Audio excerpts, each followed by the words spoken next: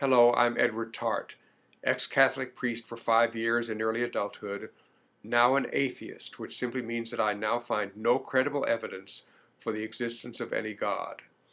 This video is about gay marriage. The head of the Catholic Church, Pope Benedict, has said that we must save humanity from homosexual behavior, and indeed the Catholic Church is strongly against gay marriage. Leviticus chapter 20 of the Bible, which almost all Christians say was authored by their God, says that all homosexuals should be killed.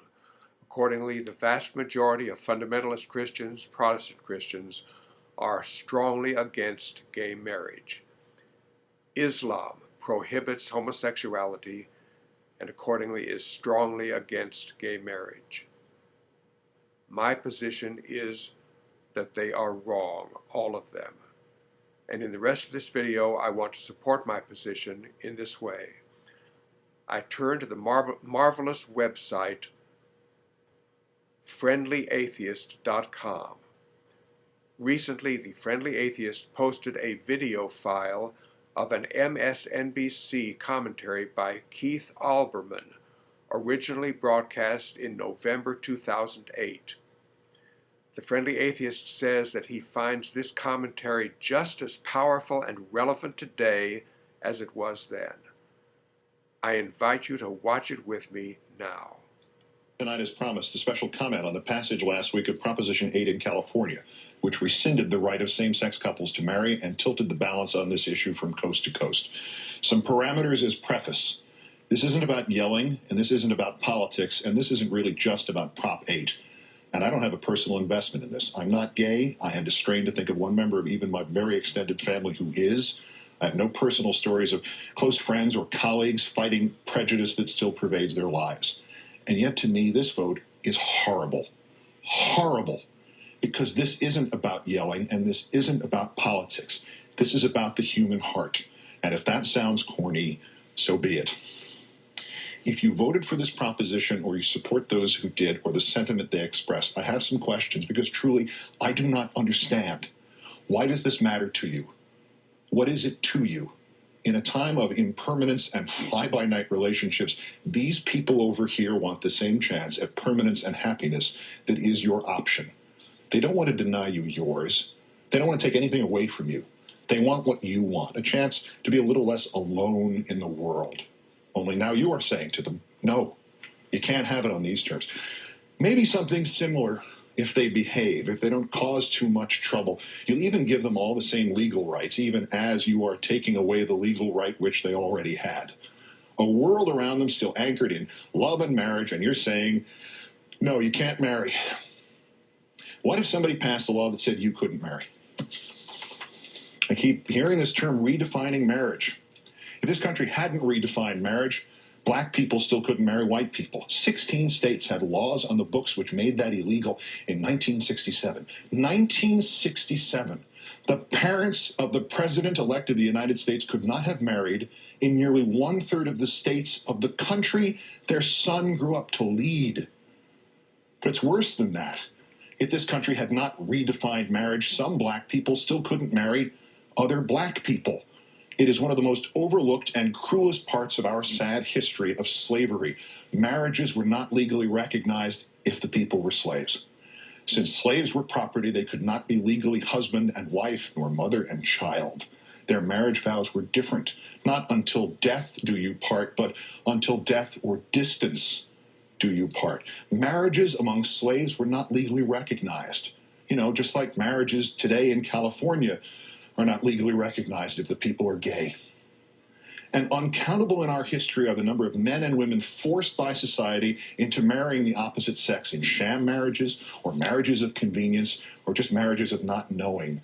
Centuries of men and women who have lived their lives in shame and unhappiness and who have, through a lie to themselves or others, broken countless other lives of spouses and children, all because we said a man could not marry another man or a woman could not marry another woman. The sanctity of marriage. How many marriages like that have there been? And how on earth do they increase the sanctity of marriage rather than render that term meaningless?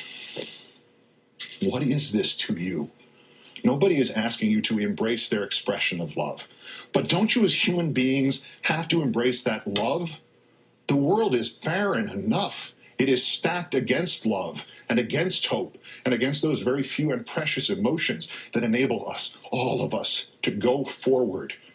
Your marriage only stands a 50-50 chance of lasting, no matter how much you feel and how hard you work.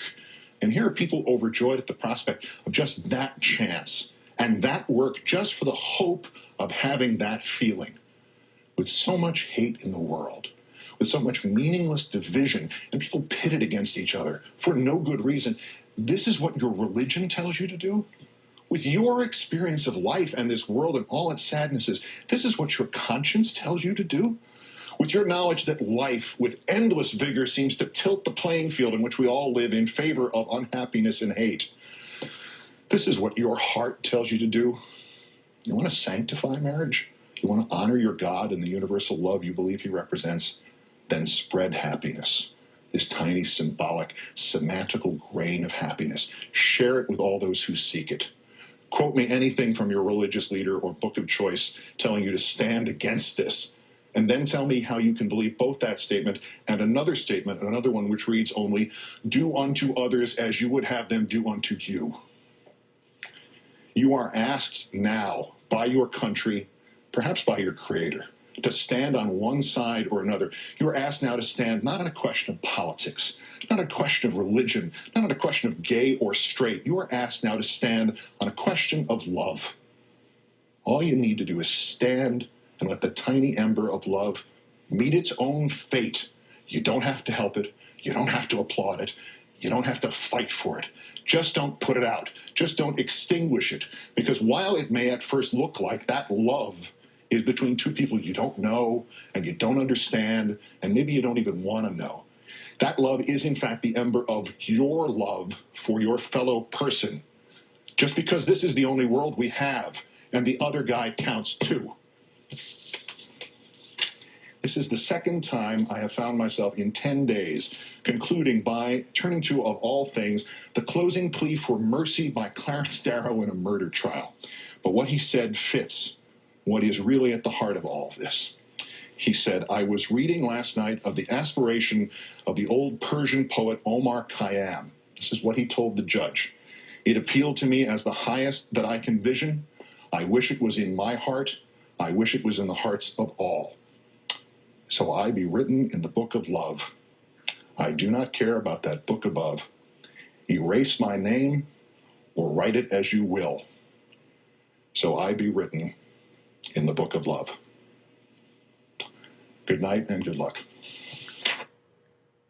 If you agree, I hope that you will consider sharing this video with someone who does not agree with you. Thank you for watching this video.